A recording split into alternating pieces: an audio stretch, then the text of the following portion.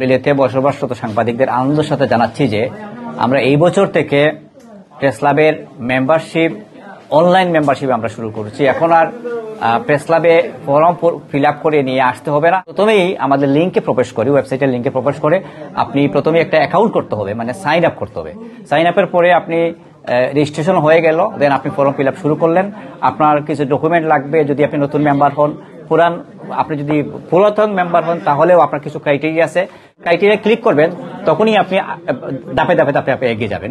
এবং আপনার এখানে যে ডকুমেন্ট আছে সেগুলো আপলোড করবেন, আরো কিছু নিয়মনীতি আছে। শেষ দিকে আপনি পেমেন্ট দিতে হবে।